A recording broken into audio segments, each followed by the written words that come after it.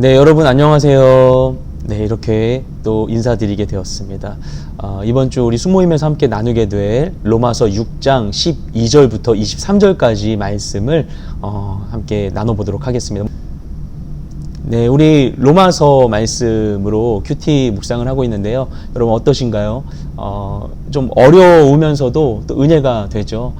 이 로마서 말씀은 우리가 이미 믿고 있는 것, 우리의 믿음, 우리의 신앙이 무엇인지를, 우리가 어떻게 구원받았는지를 구체적으로 논리적으로 이렇게 설명해 주고 있는 서신서죠.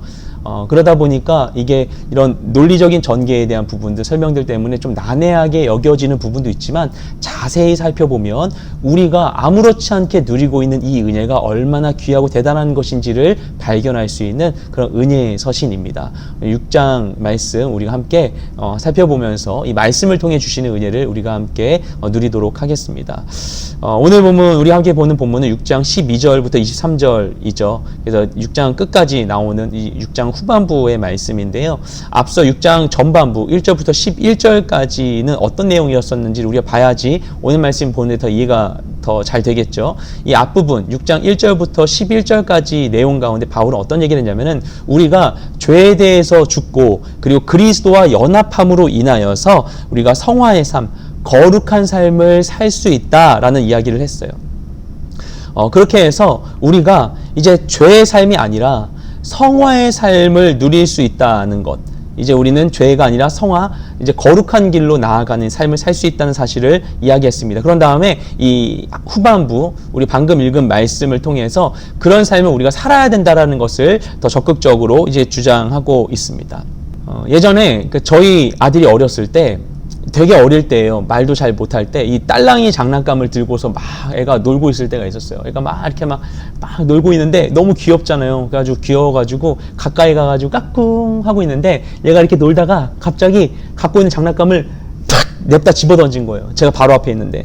그래가지고 빡 집어던졌는데 그게 제 여기 오른쪽 눈 위에 빡 맞았어요. 여기 뼈 있는데 진짜 아팠거든요. 그래서 무슨 어린애가 던졌는데 이렇게 아픈가 해서 전 너무 아픈데 너무 아파서 막 이러고 하고 있는데 저희 애는 전혀 뭐 아빠가 아픈지도 모르고 막 이렇게 천진난만하게 놀고 있는 거예요.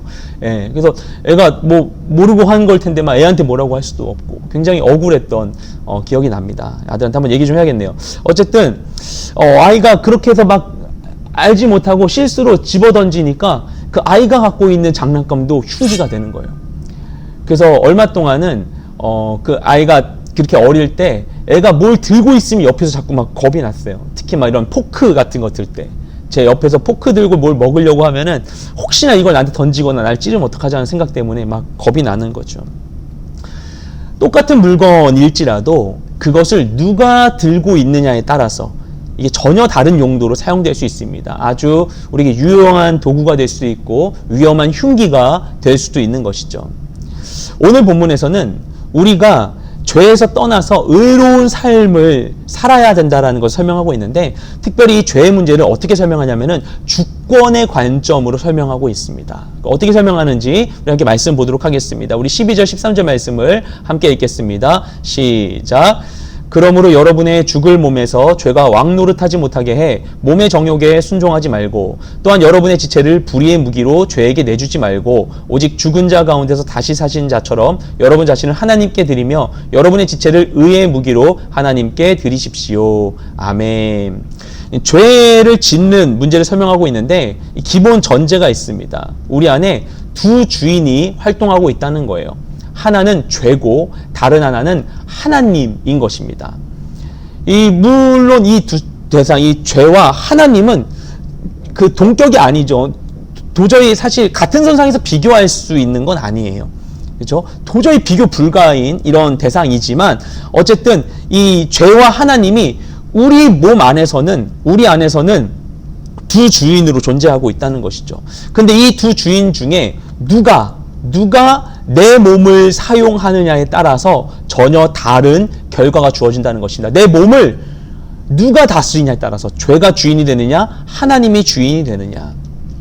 그래서 죄가 내 몸을 주인으로서 다스리게 되면 내 몸이 어떻게 됩니까? 불의의 무기가 돼요. 하지만 하나님께서 내 몸을 주인을 다스리시게 되면 내 몸이 의의 무기가 된다는 것입니다. 근데 되게 중요한 게 있어요. 이 내 몸을 그러면 죄에게 맡기느냐 하나님에 맡기느냐 누구에게 맡기느냐 누구에게 넘겨주느냐 하는 것은 전적으로 내가 선택한다는 것입니다. 하나님은 본래 우리의 육신을 거룩하게 창조하셨죠. 그래서 하나님은 그분의 형상대로 우리를 지으셨고 보시기에 심히 좋았다고 말씀하셨어요. 그런데 이것이 망가졌습니다. 하나님이 보시기에 심히 좋았던 하나님의 형상대로 지음받은 우리가 망가진 것은 무엇 때문인가? 죄가 들어와서 그렇게 된 것이죠. 그래서 우리의 순간순간의 선택을 우리가 죄를 따라 선택하느냐 아니면 하나님을 따라 선택하느냐 하는 우리의 인생에 있어 이 순간순간마다 있는 이 선택의 이 순간들은 이것은 우리에게 주셨던 이 하나님의 이 창조의 주권을 회복하는 문제가 되는 것입니다.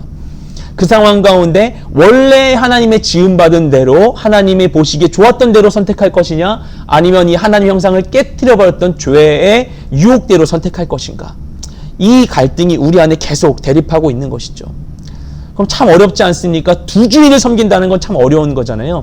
그런데 이어서 말씀은 하지만 우리에겐 소망이 있다고 이야기합니다. 우리 14절 말씀을 함께 읽겠습니다. 죄가 여러분을 지배하지 못할 것인데 여러분이 율법 아래 있지 않고 은혜 아래 있기 때문입니다. 아멘. 여기에서 말하는 것은 무엇인가? 우리 안에 두 주인이 있는데요. 아까 얘기했죠. 그 죄와 하나님이 두 주인이 있는데 이 두 주인 간의 이 씨름에서 힘의 균형이 깨졌다는 거예요. 한쪽으로 힘이 쏠렸다는 거예요. 예수님께서 우리를 위해서 십자가 달려 돌아가시고 그리고 우리가 그분을 믿음으로 인하여서 이제는 우리가 더 이상 율법에 속하지 않고 죄에 속하지 않고 하나님의 은혜에 속하게 되었다라고 이야기합니다. 그렇기 때문에 어떻게 되는가? 그리스도께서 우리의 주인이 되었어요. 그래서 이제는 죄는 우리에게 더 이상 주인으로서의 이 권한을 상실하게 되었고 우리의 주인은 한 분으로 정리가 됐다는 것입니다. 더 이상 복잡하지 않게 되었어요. 그렇죠? 더 이상 그 두 주인 간의 갈등으로부터 자유롭게 되었어요. 그러면 이제는 우리가 그 확실한 주인을 섬기게 되었으니, 그러니까 권력관계가 정리가 됐으니까 그럼 마음대로 행동이 되는 것인가? 이렇게 얘기할 수 있겠죠. 더 이상 그런 갈등이 없는 것인가? 그것에 대해서 15절에서 이렇게 설명합니다. 읽겠습니다. 시작. 그러면 어떻게 해야겠습니까? 우리가 율법 아래 있지 않고 은혜 아래 있다고 해서 죄를 짓겠습니까? 결코 그럴 수 없습니다. 아멘. 이 말씀 이렇게 얘기하는 거예요. 이제 우리가 은혜 안에 속하게 됐으니까 죄가 더 이상 우리의 주인이 아니니까 그러면 죄를 지어도 되는 거 아니에요? 막 살아도 되는 거 아니에요? 이미 은혜 안에 있다면서 그럼 뭐 마음대로 해도 되겠네 이렇게 질문할 수 있잖아요. 그거에 대해서 일단 아니라고 이야기하고 있는 거예요. 그럼 어떻게 이해할 수 있는가? 우리가 외견상 어디에 소속되었다고 해서 그게 그 사람의 정체성을 대변하진 않죠. 그렇죠? 그러니까 만약에 어떤 사람이 미국 시민권을 따도 미국에 살고 있음에도 불구하고 그 사람이 뭐 밥하고 김치 먹고 한국말 쓰고 있으면 그럼 사실 그 사람의 실상은 한국인이라고 이야기할 수 있겠죠.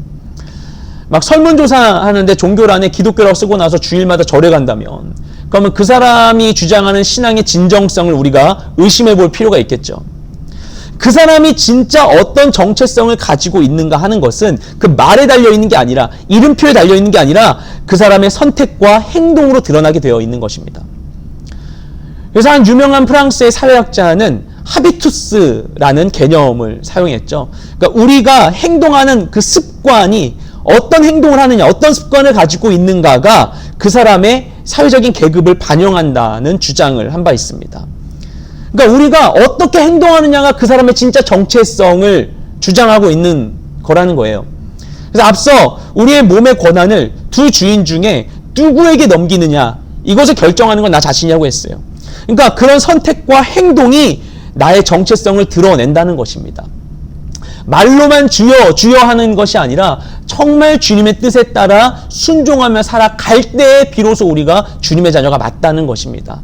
정말 주님의 자녀라면 그런 갈등이 있는 거예요. 죄 앞에서 아무렇지 않은 게 아니에요. 정말 하나님의 자녀라면 죄 앞에서 막 갈등이 일어나고 죄책감이 들고 막 괴로운 마음이 들 수밖에 없는 거예요. 하나님께 회개로 나갈 수밖에 없는 거예요. 하나님의 자녀라면 거룩한 길로 나아가고자 하는 마음이 계속 드러날 수밖에 없다는 사실입니다. 죄를 지어도 아무렇지 않아요. 죄를 지어도 난 이미 구원받았어. 난 이미 은혜 안에 있어. 아무렇지 않아라고 한다면 그러면 의심해 봐야 한다는 것입니다. 우리 16절부터 18절까지 말씀 이어서 읽도록 하겠습니다.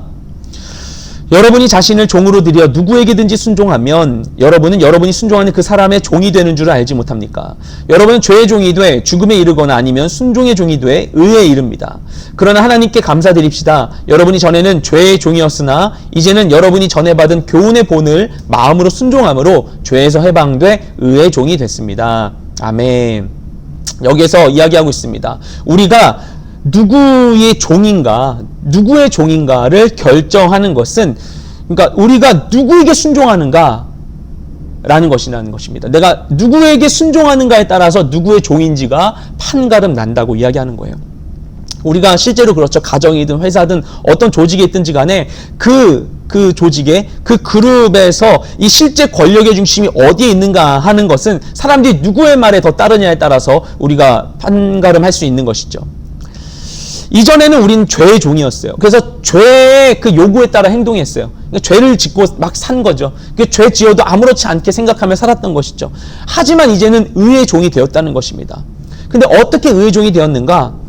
본문에서 이렇게 얘기합니다. 교훈의 본을, 하나님의 말씀을 마음으로부터 순종함으로, 마음에서부터 이것을 순종했대요. 순종해서 비로소 죄에서 해방되었다. 순종함이 죄에서 해방을 일으킨다는 것입니다. 그렇죠? 그래서 의의 종이 됐다라고 이야기하는 것입니다. 이 말을 우리가 오해하면 안 됩니다. 그러니까 로마서를 전체로 쭉 봐야 되는데 부분의 설명만 보고 우리가 오해하면 안 되는데, 이것을 가지고 우리가 의를 선택해서 이렇게 의롭게 된다는 것 같은 이 표현이 스스로의 능력으로 순종해서 의의 종이 되었다는 것이니까 내가 나의 선택으로, 나의 능력으로 내가 이렇게 의롭게 됐다는 거 아닌가라고 오해할 수 있는데, 전체적인 맥락을 보면서 로마서를 전체적으로 봐야 되는 것이죠. 그것에 따르면 이제 죄에 갇혀서 이제 도저히 선한 결정을 할 수 없던 우리에게 하나님께 새로운 그 기회를 주신 것이죠. 그리스도와 연합함으로 인하여서 우리가 드디어 죄를 미워하고 의로운 선택을 할 수 있는, 거룩한 길로 나아갈 수 있는 그런 기회가 우리에게 열리게 되는 것입니다. 그러니까 결코 그것이 우리의 능력으로 된 것이 아니죠. 그렇죠? 죄의 종일 수밖에 없는 우리들을 의의 종으로 삼아주신 그 하나님께, 그래서 우리는 이 본문에서 바울이 얘기하는 것처럼 감사드릴 수밖에 없는 것입니다. 우리가 할 수 있는 것은 감사밖에 없는 거예요. 네. 그래서 바울이 이렇게 권면하고 있습니다. 우리 19절 말씀을 함께 읽겠습니다. 시작. 여러분의 육신이 연약함으로 내가 사람의 방식대로 말합니다. 여러분이 전에는 자기의 지체를 부정과 불법의 종으로 내주어 불법에 이르는 것처럼 이제는 여러분의 지체를 의의 종으로 들여 거룩함에 이르십시오. 아멘. 처음에 말씀드린 것처럼 우리 안에 두 주인이 있다고 하는데, 과거에는 두 주인이 있다고는 하지만 선택의 여지가 없었어요. 왜냐하면 우리가 죄의 종으로서 그냥 죄를 선택할 수밖에 없었던 거예요. 두 가지 선택지가 없었어요. 그냥 죄를 지을 수밖에 없었어요. 그래서 우리 몸을 부정과 불법의 종으로 내어주어서 불법에 이를 수밖에 없는 그런 존재들이었던 것입니다. 하지만 하나님께서 우리를 은혜로 건져주심으로 인하여서 은혜 종으로 할 수 있게 도와주신 것이죠. 그래서 이 은혜의 권리, 하나님이 주신 이 은혜가 정말 이게 하나님 거저 주셨지만 이게 그냥 주어진 게 아니고 값어치 없는 게 아니니 이 권리를, 이 은혜를 놓치지 말고 우리의 몸을 의의 종으로 들여서 거룩함을 얻어라, 가져라 라고 권면하고 있는 것입니다. 이 기회를 왜 놓치냐?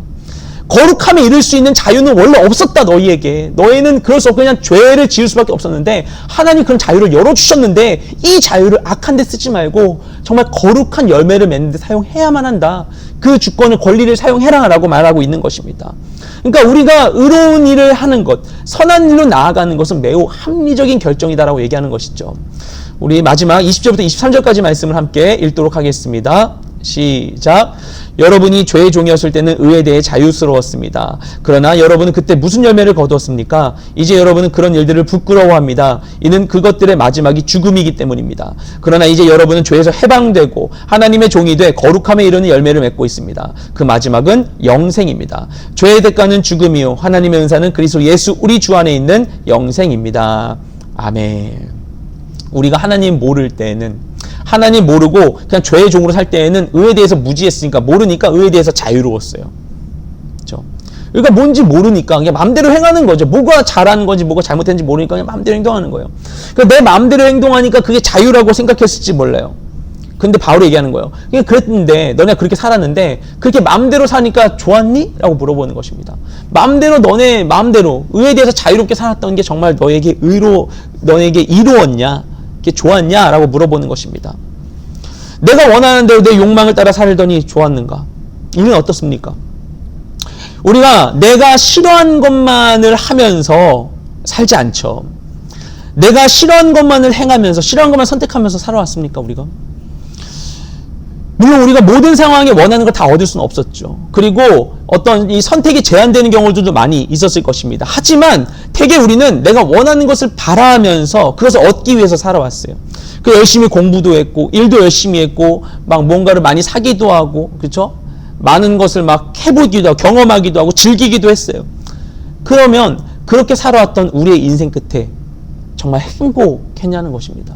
내 마음대로 살았던 삶이 정말 우리를 행복하게 해주냐는 것입니다. 바울은 아니지 않냐라고 반문하고 있어요. 그때 원하던 대로 살았던 결과가 무엇인가? 어떤 열매를 거두었냐라고 물어봅니다. 결국 지금 보면 부끄러운 일들 아니냐. 그 결과는 죽음이었다. 그러니까 엄청 기대하고 설레고 대단한 일이 있을 거라 생각했던 것들도 결국에는 아무 열매 없이 그냥 지나가 버린 것 아니냐. 하지만 이제 하나님의 종이 되어서는 곧 하나님의 뜻에 순종함으로 인해서는 거룩함에 이르는 열매를 얻고 있다라고 이야기하고 있어요. 그리고 그것이 결국에는 너희에게 영생을 줄 것이다 라고 이야기하는 것입니다. 이 세상의 것을 쫓았을 때는 절대 얻을 수 없었던 한 가지죠. 영원한 것, 영원한 생명. 세상이 줄 수 없는 것. 그것이 하나님께 순종할 때, 의의 길을 나아갈 때, 의의 종으로 살 때 얻게 되는 것이다 라고 이야기하는 것입니다. 그래서 계속 죄의 주인 아래에서 죄의 선택을 하면 그 결과로는 그 죽음을 받게 되지만 하나님을 주인으로 삼아서 그분의 은혜 안에 거하면 영생을 보상을 얻는다고 얘기합니다. 그래서 우리는 거룩한 삶을 살아야 한다고 설명하고 있는 것입니다. 그것을 위해서 주님이 우리에게 오신 거죠.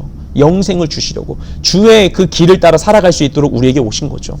이렇게 이제 6장이 마무리가 됩니다. 우리가 주님과 한 몸 되어 연합하여 거룩한 길로 나아가야 된다라는 것을 이야기하는 것이죠. 그리고 이어서 이제 7장이 이어질 텐데요. 7장 말씀은 거기에 이어서 하지만 우리는 거룩한 삶을 살 수 없다는 이야기들을 이제 7장에서 하게 되는 것입니다. 로마서 쭉 끝까지 읽어야 합니다. 우리 그래서 그 은혜의 이 줄기를, 이 맥락을 잘 붙들고서 이 로마서 말씀을 잘 묵상하고 깊이 성찰하고 마음에 새기는 이 시간 되기를 주님의 이름으로 축복드립니다.